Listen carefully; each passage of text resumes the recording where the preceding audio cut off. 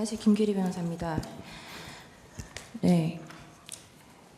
증인은 2024년 12월 7일 KBS와 인터뷰에서 윤 대통령에게 평소 직접 자주 보고를 했고 신뢰받고 있다고 생각했지만 신뢰받는 것과 부당한 명령을 따르는 건 다른 문제라고 생각했다라고 진술했죠. 증인. 평소 직접 보고를 자주 했다 이런 말을 했다고 잘 기억이 안 나는데 그렇게 기사에 대통령께 적시되어 몇 있죠. 번 보고 드린 적은 있지만 그게 자주 보고 드렸다고 할 수는 없을 것 같습니다. 증인이 한 인터뷰에 대한 기사 아닙니까? 짧게 대답해 주십시오. 시간 끄지 마시고. 이양해 주겠습니다. 증인은 검찰 조사에서 대통령에게 업무적으로 독대하여 보고한 적은 있는가요? 라는 질문에 독대한 적은 없고 원장님과 함께 4차례의 업무 보고를 한 것이 다입니다. 라고 답했죠. 그런 것 같습니다. 증인은 피청구인이 12월 3일 8시경 증인에게 비아폰으로 전화했을 때 비아폰을 보좌관에게 맡겨두고 청담동 몽중원 식당에서 술을 곁들여 식사를 하고 있었죠. 그렇습니다. 그 자리에 참석한 사람들은 누구인가요?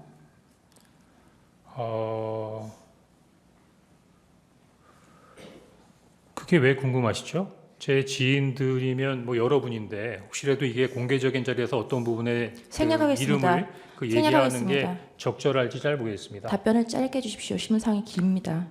술은 얼마나 마셨나요?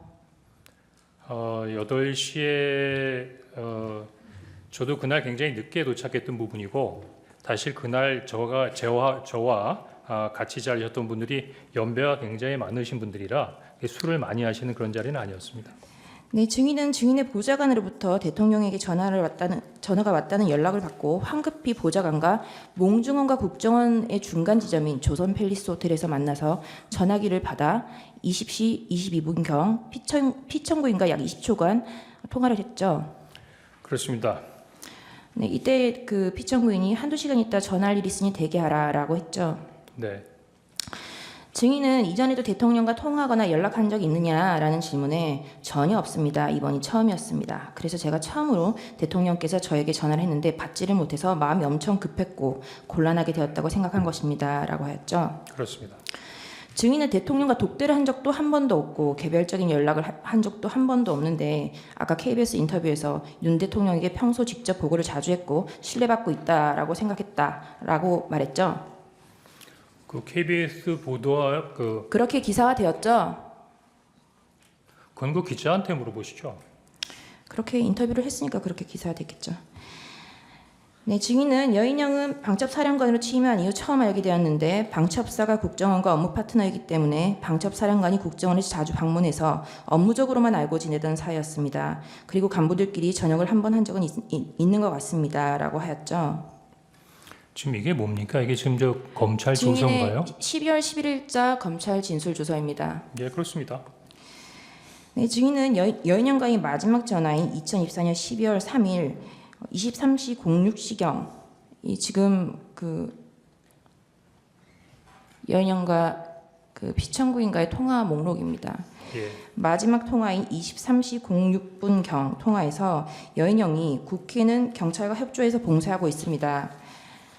라고 좀 뜸을 들이더니 선배님 이걸 좀 도와주세요. 저희 체포조가 나가 있는데 소재 파악이 안 돼요. 명단을 불러드릴게요. 라고 말했다고 진술했죠. 네.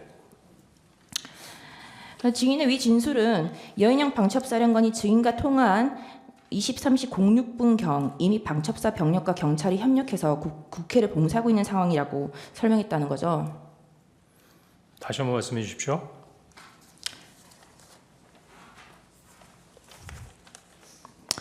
증인의 이 진술에 의하면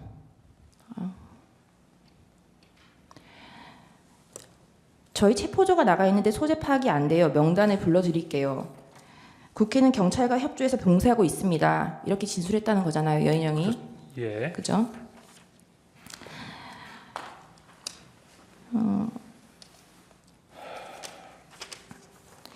방첩사령부 이지학 실장의 진술 조서입니다. 방첩사령부 이지학 실장은 검찰에서 계엄 당일인 22시 36분경 퇴근해서 집에 있는데 영해 거주자 소집령이 내려졌고 23시 04분경 수사단장실에 도착하여 김대우 단장으로부터 임무를 부여받았다라고 진술했고요.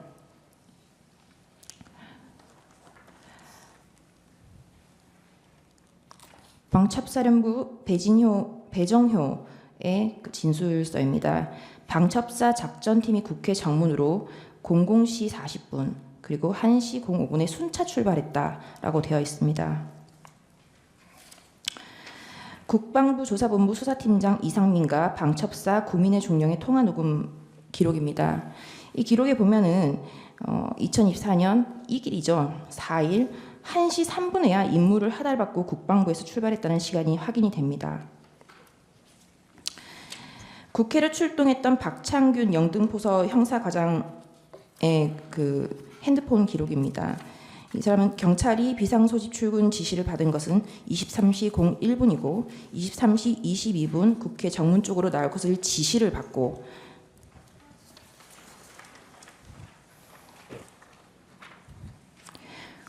이길 00시 18분경이 되어서야 국회 정문 앞 수소충전소로 이동했다라고 보고하였는데 지금 이런 사실 전혀 몰랐죠?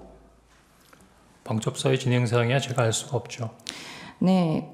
그래서 이 증거들에 의하면 증인이 여인영과 통화하였다는 23시 06분경에는 객관적으로 아직 방첩사 경찰이 국회로 출동할 것을 지시받기도 전이거나 국회에 도착하지도 못한 상황이었는데 여인영이 방첩사 병력과 경찰들이 국회를 이미 봉쇄하고 있고 체포조가 대상 인원들의 소재 파악을 못하고 있으니 체포명단을 불러줄 테니 도와달라라는 말은 있을 수 없는 말 아닌가요? 그건 제가 아니라 여인영 사령관한테 한번 여쭤보는 게 좋을 것 같습니다. 네. 여인영 사령관도 아까 방금 증언을 하실 때 그렇게 말했습니다. 그 시각에는 그런 말이 있을 수 없는 말이라고요. 증인은 당시 여인영이 무엇이라고 하면서 체포 대상자 명단을 불러주었나요? 라는 질문에 위치 추적해달라고 하면서 명단을 불러줬습니다. 라고 대답하였죠. 네. 여인영은 생략하겠습니다. 국정원장은 전체 업무를 총괄을 하고 1차장은 해외 정보 소집, 2차장은 국내 정보 및 대북 방첩, 3차장은 심리 및 사이버 안보, 과학기술, 기획조정실장, 기주실장은 총무 관리 및 인사 등의 직무를 담당하죠.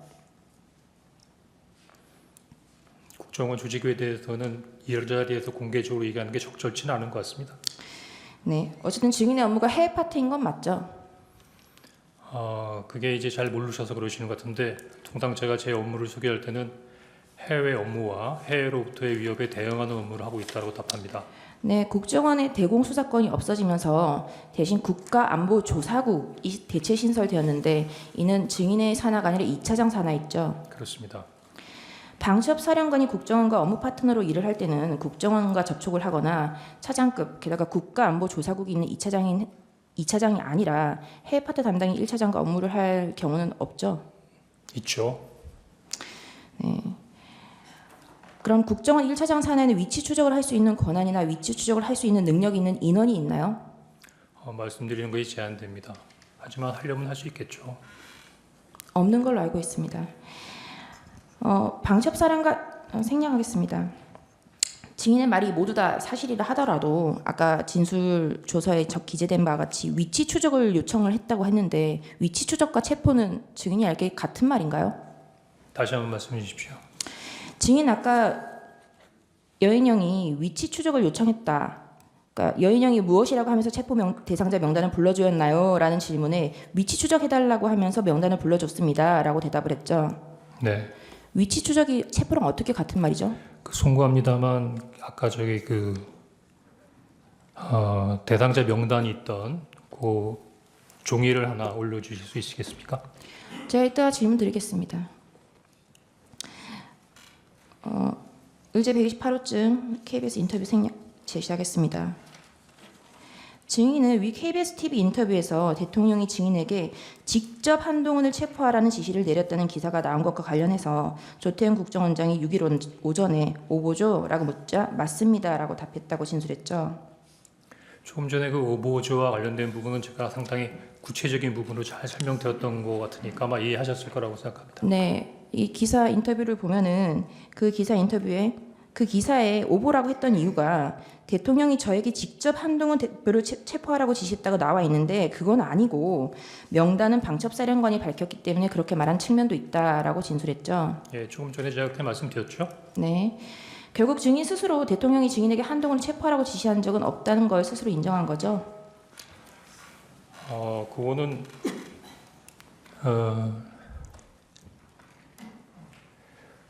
변호인께서 말씀하시는 부분의 말씀이 반은 맞고 반은 틀린 것 같습니다. 네, 16항 여쭙겠습니다. 증인의 진술 조서입니다. 증인은 여인영 방첩사령관이 진술인에게 체포조 명단과 체포 지시는 대통령님의 뜻이다 내지는 대통령의 지시사항이다 말한 사실은 있는가요? 라는 질문에 명시적으로 얘기하지 않았습니다. 라고 대답을 했고 그렇게 생각할 수밖에 없었다 라고 답했죠. 그러니까 여인영 사령관이 대통령님 지시사항이다라고는 얘기하지 않았다 그 말씀이시죠? 네? 아니 수사관이 이게 그 여인영 방첩 사령관이 증인에게 이 체포조 명단 지시가 대통령의 지시냐라고 물었을 때 명시적으로 얘기하지 않았다라고 답을 했고 그리고 예, 그렇게 얘기하지 않았습니다. 네. 예. 그리고 증인이 그렇게 생각할 수밖에 없었다. 증인의 생각이었다라고 진술했죠. 그러면 이렇게 한번 말씀드리겠습니다. 아니요, 여기 이렇게 기재가 되어 있는 걸 여쭙는 겁니다. 예, 생각할 수밖에 없었습니다. 네. 국회 정보위 김병기 의원은 2024년 12월 6일 증인이 정보위에 출석해서 대통령이 직접 방첩사령부와 협조해 한동훈과 이재명을 체포하라고 지시했다는 진술을 했다라고 언론 브리핑을 하였죠. 제가 김병기 의원이 직접 언론에 브리핑하는 걸 뭐 보지는 못했습니다. 하지만 제가 정보위원장실에서 12월 3일에 대한 관련된 사항을 설명할 때 정보위원장과 원래는 그 정보위 간사가 박선원 의원이셨는데 박선원 의원이 경기도 이천에 있는 특전사령부에 항의 방문을 가시다 그래서 김병기 의원이 대신 참석하셨고 여당에서는 이성권 의원께서 참석하셨었습니다. 네, 신문상 없지만 제시해서 하겠습니다. 이 기사에 대해서 위 언론 보도 내용은 위 면담에 배석하였던 더불어민주당 김병기 의원이 진술인의 발언 내용을 공개하면서 언론 보도가 되기 시작했는데 실제 진술인이 위 면담에서 한 발언 그대로 가감없이 사실대로 보도가 된 것인가요? 라는 질문에 제가 한 말 그대로 보도된 것으로 알고 있습니다. 라고 답을 했죠. 예, 그렇겠죠. 지금 최근에 얘기하는 것처럼 자꾸 하나하나를 지적하신다고 하면 제3자에 전달되는 과정에서 다소 바뀐 부분이 있지만 제가 그 면담하는 과정에 그 양당 간사께서 계속 노트에 제가 얘기한 거를 그대로 받아 적으셨기 때문에 아마 그 받아 적인 내용을 가지고 발표하지 않으셨겠습니까? 아니 지금 조사를 받으실 때 이 기사를 제시하면서 대통령이 직접 지시 싹 다 잡아들여 정리하라라는 기사를 제시를 하고 이 기사 내용이 가감없이 사실대로 보도가 된 것이냐는 질문에 대해서 증인이 말한 대로 보도된 것으로 알고 있습니다라고 답을 하신 거잖아요. 그럼 증인이 이런 말을 했다는 말인 거잖아요. 그죠? 다시 한번 좀 설명을 해주시겠습니까? 지금 약간 방금 말씀하신 거는 그 김병기 의원이나 이성근 의원이 정보위원장 면담을 끝나고 나가서 기자들한테 브리핑을 한 것이 사실이라는 거라고 물어보셨는 것 같은데 지금 이 내용은 뭡니까? 지금 이 자료는 어떤 자료를 가지고 말씀하시는 겁니까? 이 자료는 네. 증인이 검찰에서 진술한 진술 조서고요. 지금 SBS라고 나와 있네요. 네, 그래서 네. 그 어쨌든 제목에 보면 네. 대통령 직접 지시 싹 다 잡아들여 정리하라라는 기사를 제시하면서 네. 검찰이 네. 이 기사가 가감없이 사실대로 보도된 것인가요? 라는 질문에 대해서 검찰에서 이 기사를 제시하면서 저한테 물은 적은 없는 것 같습니다. 그럼 이 조서가 가짜라는 말씀이신 건가요? 허위로 작성된 건가요? 한번 그 조서 관련된 부분을 좀 다시 한번 지금 갑자기 뭘 하나 띄워 놓으시고 갑자기 이렇게 물어보시면 저도 이해하는데 좀 시간이 걸리지 않겠습니까? 그러니까 좀 앞뒤를 설명해 주시면서 질문해 주셨으면 좋겠습니다. 제 질문이 어렵나요? 예, 아무래도 글자 그대로 읽었습니다. 아무래도 처음 법정에 와 있다 보니까 여러 가지 긴장된 부분도 있고 하나하나를 이해하는데 조금 좀 어려움이 있다는 부분을 좀 양지해 주셨으면 좋겠습니다. 증인이 지금 변호인께서 물으시는 거는요. 이 보도 내용이 네. 대통령께서 직접 체포 지시를 했다고 보도가 됐는데 네. 그 보도된 경위가 증인께서 정보위원회에서 이렇게 직접 이런 식으로 발언을 했기 때문에 이대로 보도가 되는 게 맞냐 그런 아닙니다. 도리어 제가 보기엔 이런 식으로 인용한 거는 제가 보기엔 12월 6일 날 조선일보 기사가 그런 식으로 나왔기 때문에 대부분 그런 부분들을 인용했던 것으로 보여지고요. 제가 실제로 제 워딩으로 얘기한 부분은 지난번 22일 날 나왔던 국조특위의 청문회에서 제가 얘기한 부분이 제가 직접적으로 얘기한 건 처음이고 대부분 다 간접 화법이기 때문에 그런 부분에 대해서는 조금 버그가 있다고 생각됩니다. 자, 이 조서의 질문에 보면 가감없이 사실대로 보도가 된 것인가요? 라는 질문에 제가 말한 대로 보도된 것으로 알고 있습니다. 라고 증인이 답을 했죠. 제가 지금 가감없이 사실대로 보도된 것인가라는 부분은 SBS의 관련된 기사보다는 당시 민주당의 김병기 그다음에 국민의힘의 이성건 양당 정보위 관사가 제 이야기를 듣고 발표한 언론 브리핑이 제 이야기를 듣고 한 부분이니까 신뢰성 있게 가감없이 전달된 것이다. 뭐 그렇게 생각이 됩니다. 네, 알겠습니다. 증인이 제시된 메모가 여인영이 불러준 명단이라고 하면서 검찰에 제출했죠. 그렇습니다. 위 메모는 증인이 작성한 게 아니고 아까 그 보좌관이 옮겨 작성했고, 적었다고 말씀드렸습니다. 네. 그 이거 작성 경위와 관련해서 아까 뭐 답변을 하셨지만 다시 한번 확인을 해보면 방금 올려놓은 거 잠깐만 다시 한번 올려주십시오. 아까 물어보셨던 거에 그럼 검거 요청과 위치 추적이 같은 거냐? 방금 보면 검거를 요청하는데 그 검거 요청이 하나가 위치 추적이었다라고 제가 메모를 해놓은 것이 적혀져 있는데 아마 그렇게 기억이 되는 것 같습니다. 네.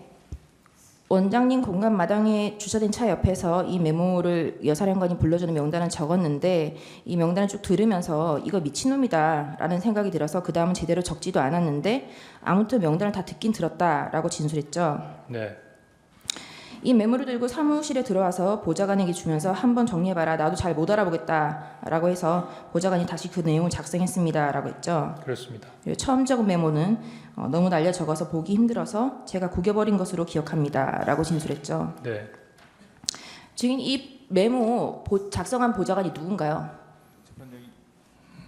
제시 자료는 아직 채택이 안 된. 아니 아까 동의하신 것 같은데.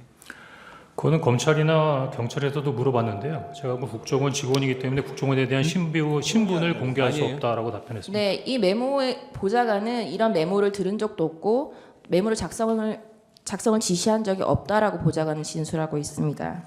잠깐만요. 여기 이쪽에서 항의를 하니까 아까 뭐 빼고 다 동의한다고 하셨는데 그 대상 속에 127의 2는 포함이 안 됩니까? 지금 보여주시는 게 127의 2 홍장원 명단 메모. 메모가 아니라 그 보좌관 진술서입니다. 보좌관의 진술서를 제시하고 있습니다. 지금 저 띄워놓으신 부분은 저 부분은 저희가 부동의 지금 그러면 알겠습니다. 127의 2는 인정하고 아닙니다. 제가 그 부분에 대해서 말씀드렸습니다. 139-1을 인정 안 한다 이 말입니까? 예. 139-1은 지금 채택이 안 된 것 같은데. 네, 알겠습니다. 네, 그러면 그냥 철회하고 이 보좌관을 청구자 보좌관이 한 명이 아닙니다. 3명인 걸로 알고 있습니다. 예, 그 세 명 다 이렇게 진술했습니까? 그건 답변 드리기 어렵습니다. 왜 답변 드리기 어렵습니까? 보좌관이 증인은 작성한 게 제가 없다고 증인이 아니지 말씀하셨다고 하셨지 않습니까? 않습니까? 그러면 네. 제가 보기엔 그 중에 한 사람이 하긴 했네요. 그렇죠? 자, 증인은 명단을 듣다가 미친놈이구나 하고 메모를 하지 않았다라고 했는데 굳이 다시 보좌관에게 이 메모를 정리해서 작성하라고 한 이유가 뭔가요?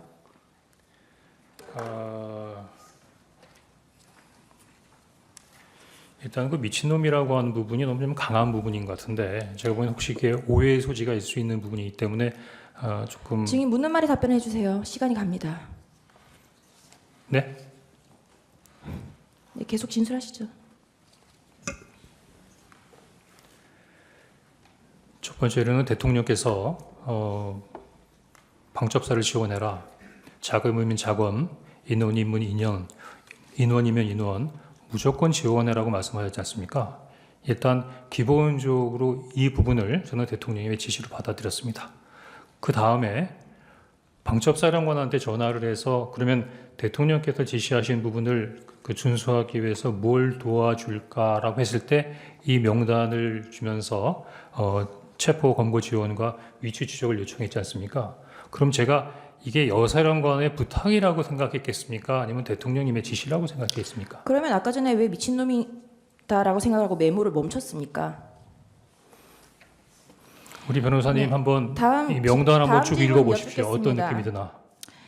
증인은 이 이 증인이 이 메모의 우상단에는 16명이라는 글자, 이건 지금 삭제가 되어 있죠. 원래는 14명, 16명 이렇게 써 있었던 것 같습니다.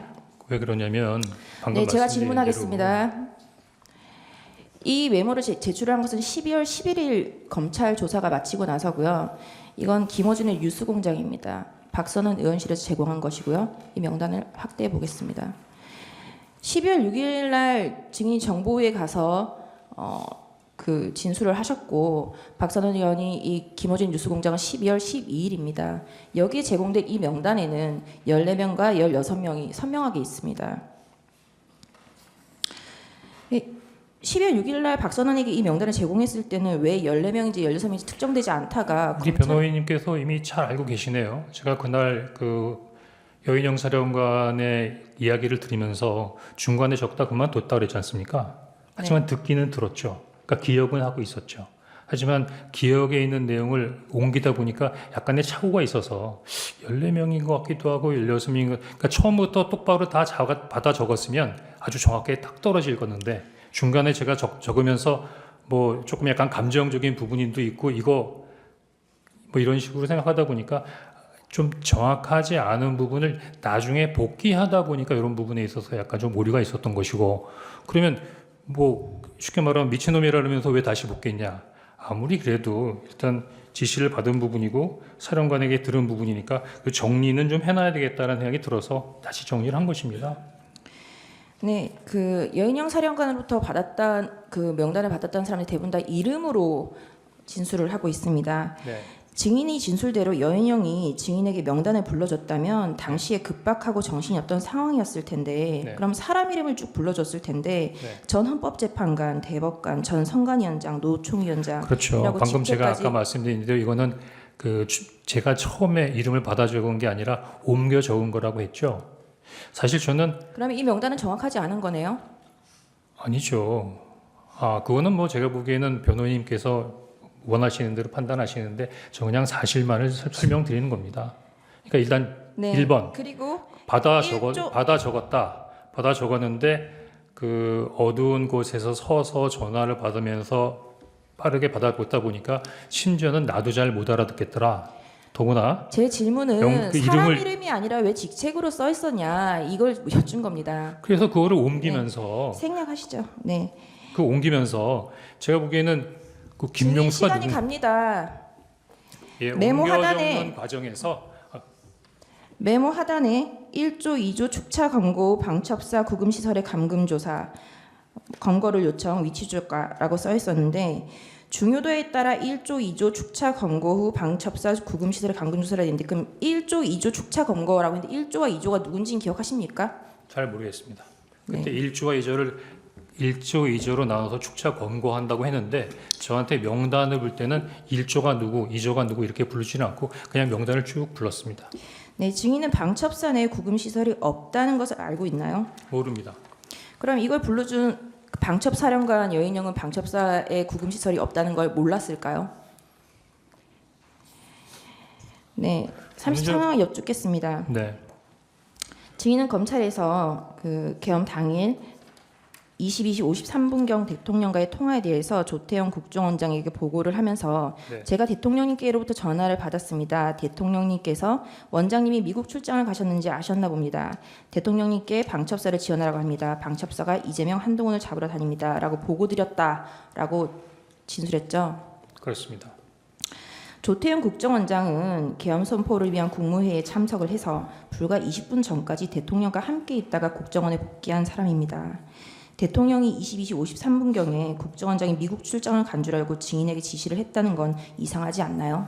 이상하죠. 저도 이상하게 생각합니다. 왜냐하면 제가 이렇게 말씀드리는데도 네. 그 국정원 그 다음 여쭙게- 조태영 원장님께서 국무회에 갔다 왔다는 말씀을 안 하셨고 대통령이 이미 뵙고 왔다는 말씀도 저한테 안 하셨습니다. 제가 언제 네.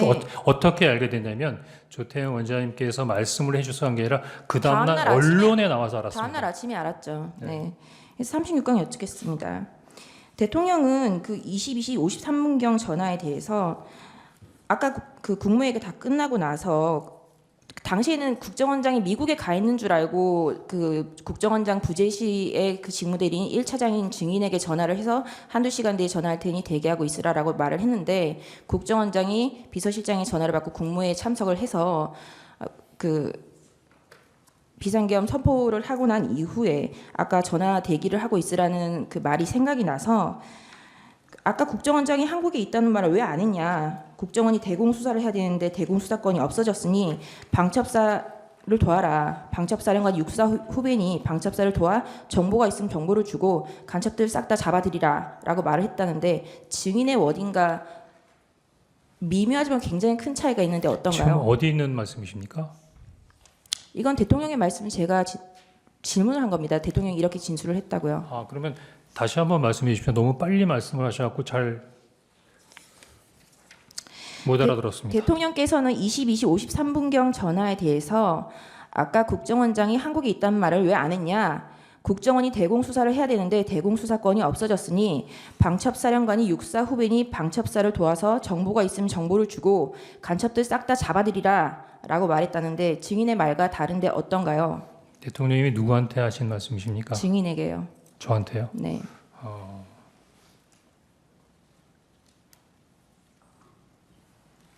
뭐 일부 유사한 내용도 있긴 합니다만 제가 기억하는 부분하고 조금 차이는 있는 것 같습니다.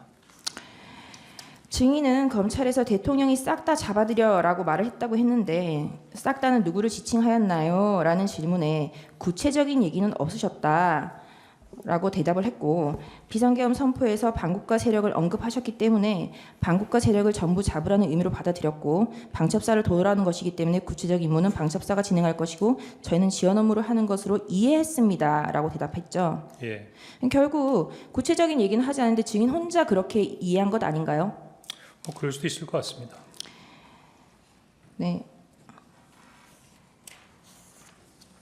그 아까 청구인 측의 그 질문에도 있었는데 증인은 계엄 선포 후에 그 10시 45분경 여인영에게 전화를 했지만 여인영이 전화를 받지 않았죠.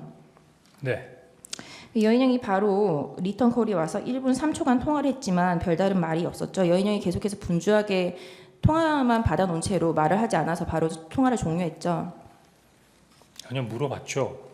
방금 말씀드린 대로 국방차관에게도 물어봤고 또 여인영 사령관에도 지금 사항이 비상계엄이라고 하는 사항이지 않습니까?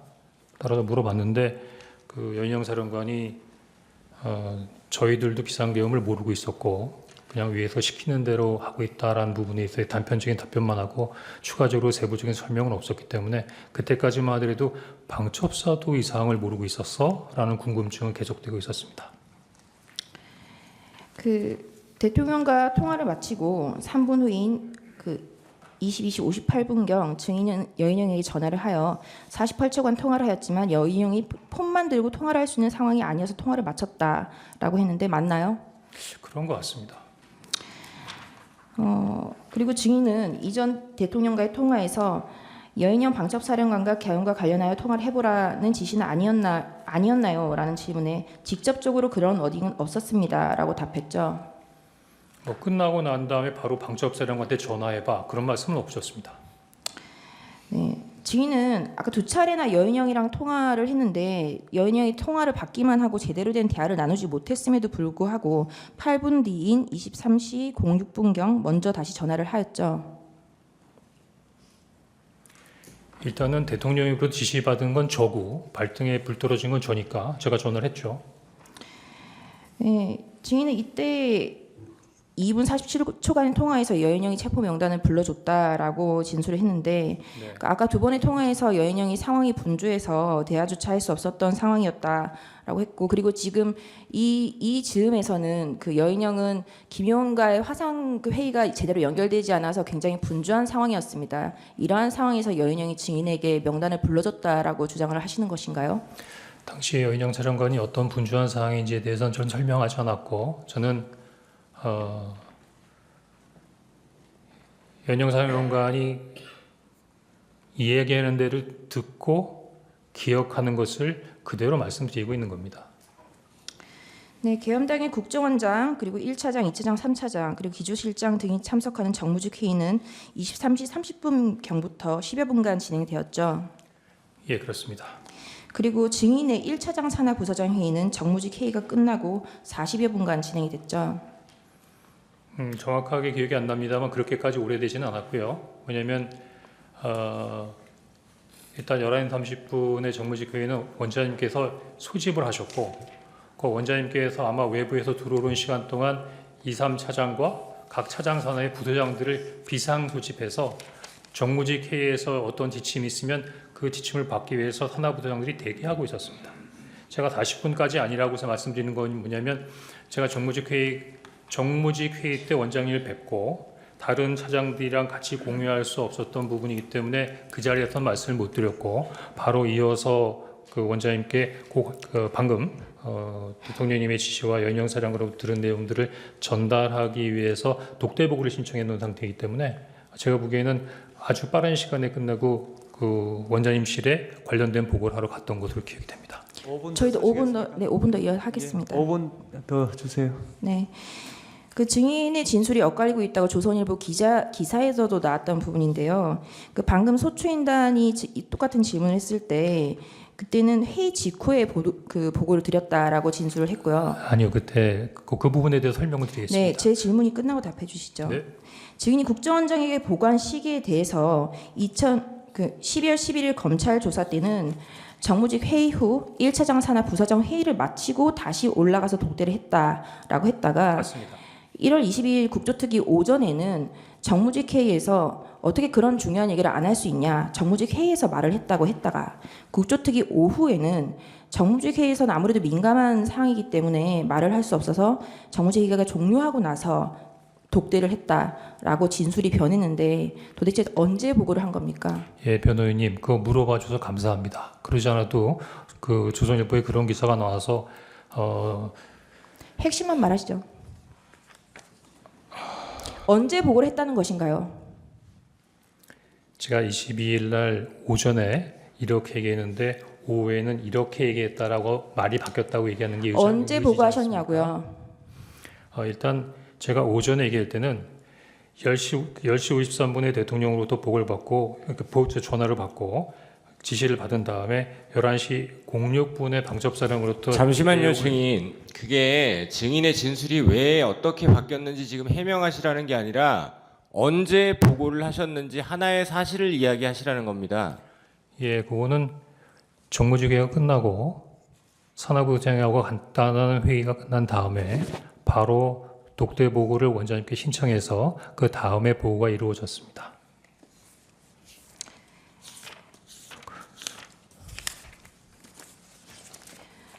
좀 더 얘기해도 됩니까? 아니요. 그 증인은 그 명단을 듣고 나서 어떻게 감히 그렇게 체포를 하러 다닐 수가 있냐, 이게 무슨 일이냐라고 해서 마치 증인의 대단한 신념이 있어서 체포를 하지 않은 것처럼 진술을 하셨는데요.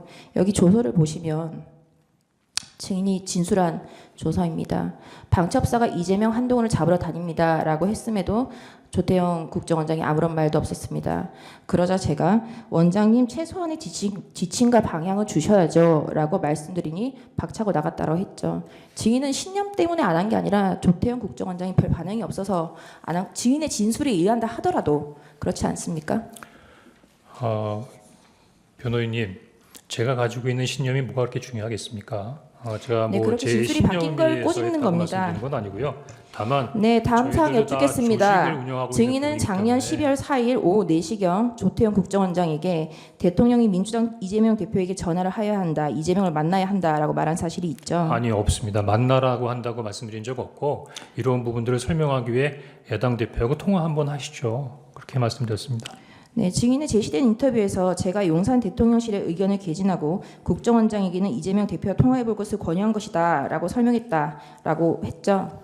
예, 조태영 국정원장은 계엄이 있었던 엄중한 시기에 증인이 국정원의 정치개입 금지, 정치적 중립 위반을 하고 있다고 생각하여 증인을 경질하기로 마음먹고 대통령에게 증인의 사표를 받아야겠다라고 했다는데 어떤가요? 그걸 제가 어떻게 알겠습니까? 조태영 원장님 마음인데. 예, 증인이 경질된 이유가 그 체포를 하지 않아서 경질되었다는 건 증인의 생각인 거죠. 그렇습니다. 네.